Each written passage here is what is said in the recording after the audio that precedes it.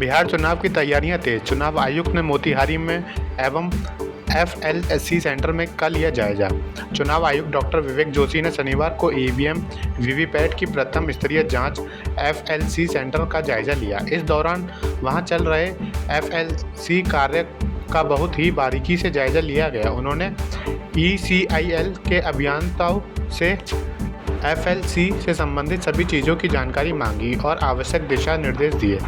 आगामी बिहार विधानसभा चुनाव 2025 की तैयारियों को लेकर भारत निर्वाचन आयोग के निर्देश के आलोक में ईवीएम वीवीपैट की प्रथम स्तरीय जांच की जा रही है। यह जांच ईसीआईएल के 18 अभियंताओं के द्वारा की जा रही है। भागलपुर को लेकर चिराग पासवान ने कर दी बड़ी मांग।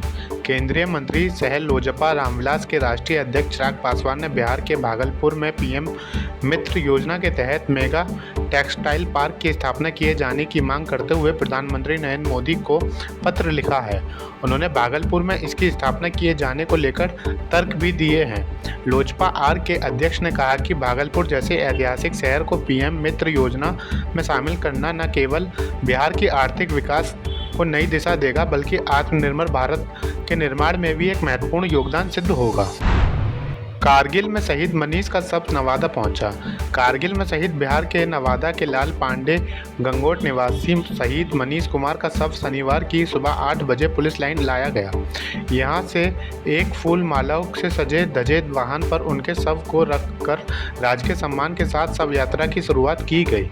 10 बजे यहां से रवानगी हुई और जैसे ही शहीद मनीष का शव वाहन 10:30 बजे आसपास प्रजातंत्र चौक पर पहुंची तो उनकी प्रतीक्षा में रहे लोगों ने जय हिंद के जय घोष के साथ उन्हें नम आंखों से विदाई दी। गया का नाम बदलकर गया जी क्यों किया गया? 55 साल से सम्मान के लिए उठ रही थी मांग। धार्मिक और आध्यात्मिक महत्व रखने वाला गया अब गया जी के नाम से जाना जाएगा। नीतीश सरकार की कैबिनेट ने शुक्रवार को इस नाम परिवर्तन को मंजूरी दे दी। गया का नाम बदलने की मांग पिछले 55 वर्षों से की जा रही थी। यह शहर भगवान विष्णु और पिंडदान की परंपरा से जुड़ा है, जहां देश विदेश से श्रद्धालु अपने पितरों की मुक्ति के लिए आते हैं। विष्णुपद मंदिर और पिंडदान की वेदियों के कारण गया की पहचान एक मोक्ष स्थली के रूप में है। इस धार्मिक महत्ता और सम्मान को देखते हुए इसका नाम गया जी करना उचित माना गया। मुकेश साहनी के इंतजाम में जुट गई बीजेपी। बिहार में लगभग 8 से 9% निषाद समाज के वोटरों पर सन ऑफ मल्ला के नाम से मशहूर मुकेश साहनी का प्रभाव काटने और यथासंभव वोट बांटने के लिए भारतीय जनता पार्टी भाजपा ने हर प्रमंडल में मछुआरा सम्मेलन करने का फैसला किया है। महत्वपूर्ण ये बात है कि आयोजन एनडीए के बैनर तले नहीं होगा बल्कि भाजपा का खुद का कार्यक्रम होगा।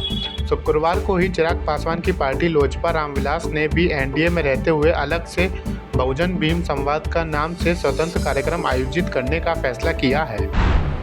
खुलकर खेलने लगे चिराग पासवान, एनडीए में रहेंगे और अलग से बहुजन भीम सम्मेलन भी करेंगे।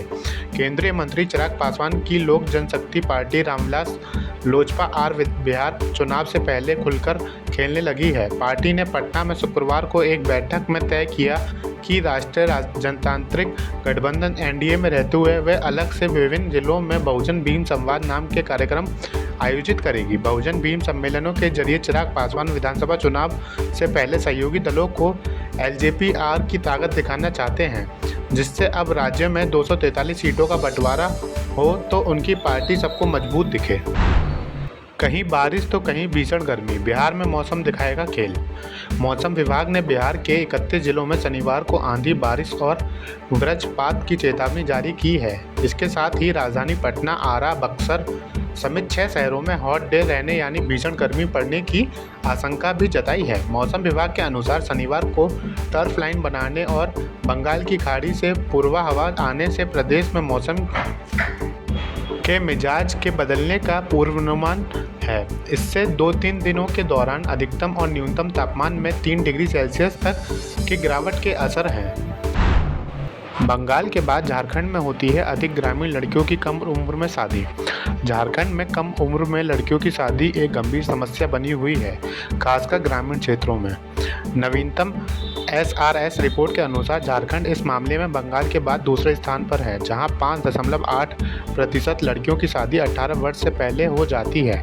बाल विवाह लड़कियों की शिक्षा, स्वास्थ्य और विकास को बाधित करता है। CBI के आधा दर्जन समन पर भी उपस्थित नहीं हुआ दाऊ यादव।